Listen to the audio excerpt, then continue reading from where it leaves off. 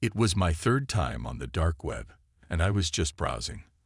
I found this guy's homepage, and on the sidebar I saw a link for journalists and people who are not very familiar with the dark web. I clicked on it, hoping it was interesting and useful information. A new page opened, and an image began to load. Thank God for my slow internet, because all that loaded was the head of an old Asian man with blood on his chin. After the slow-loading image of an Asian man's head with blood on his chin began to fill the screen, I quickly realized that this was something horrible and potentially dangerous. Instantly closing the tab, I felt a slight sense of nausea and anxiety. The ringing of the phone interrupted my inner tension. Feeling a slight heart palpitation, I took the phone out of my pocket. The number was not a familiar one, which added to my anxiety. I hesitated before answering, but finally made up my mind. "Hello," sounded my tentative greeting. In response, I heard a whispered but firm voice. "Have you looked at my message?" Shock and fear made me freeze in place. I couldn't understand who it was or what he meant. Finally, I found the strength to say something like, "I don't know what you're talking about. Please don't call here again." And with that ended the conversation by quickly pressing the end button. Now my hand was shaking. I realized that this was an unusual and scary experience. Something told me that my visit to the dark web would bring me more anxiety than I could have expected. I decided to step away from the computer and think about how best to avoid similar situations in the future.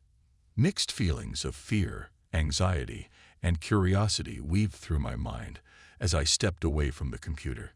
I understood that diving into the dark web was a risky endeavor, but I hadn't expected to encounter something so terrifying. Perhaps it was a warning that I should stay away from such places.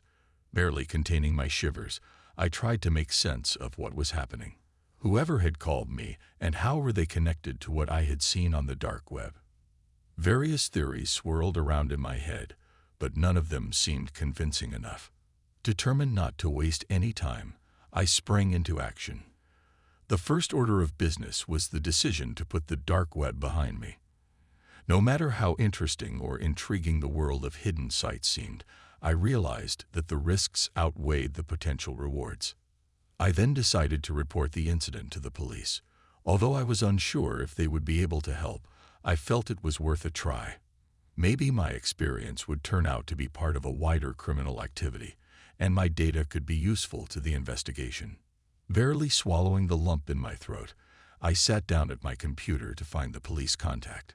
Still dazed and anxious, I realized that this day would leave a lasting mark on my memory.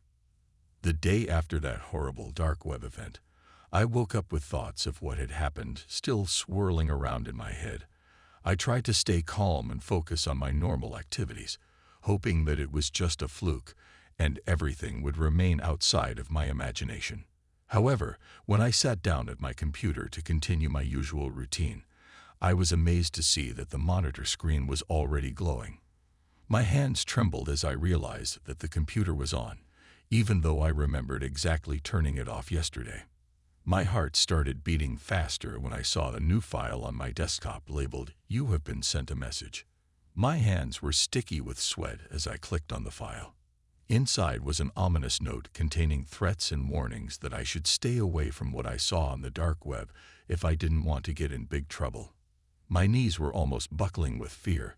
I felt like I was in a nightmare that wouldn't stop. But that wasn't all. That same day, I received a strange package on my doorstep. Inside were unidentifiable items that seemed to hint that someone was watching me.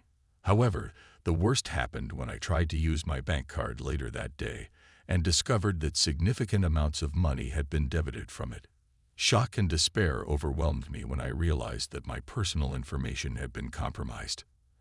At that moment, I realized that I was a victim of someone operating in the shadowy world of the dark web. This experience taught me to be more vigilant on the internet and cautiously evaluate my online activities.